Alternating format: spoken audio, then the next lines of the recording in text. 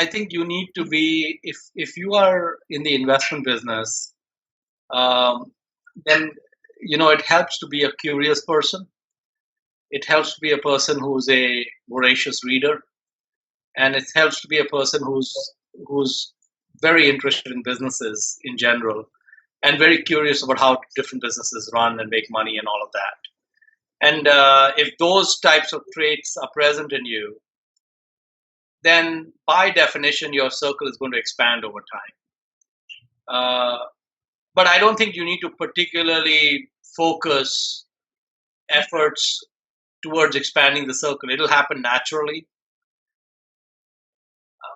But also, it's important to remember that we have the Johners of the world who have a single asset class. That's all they've invested in, and they've done extremely well with that. So it's really,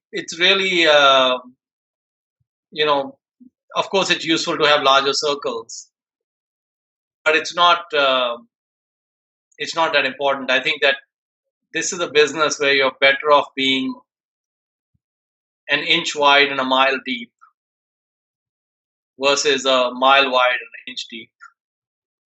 So if you start off being an inch wide and 200 feet deep, then I would say put more energy behind going deeper versus going wider first.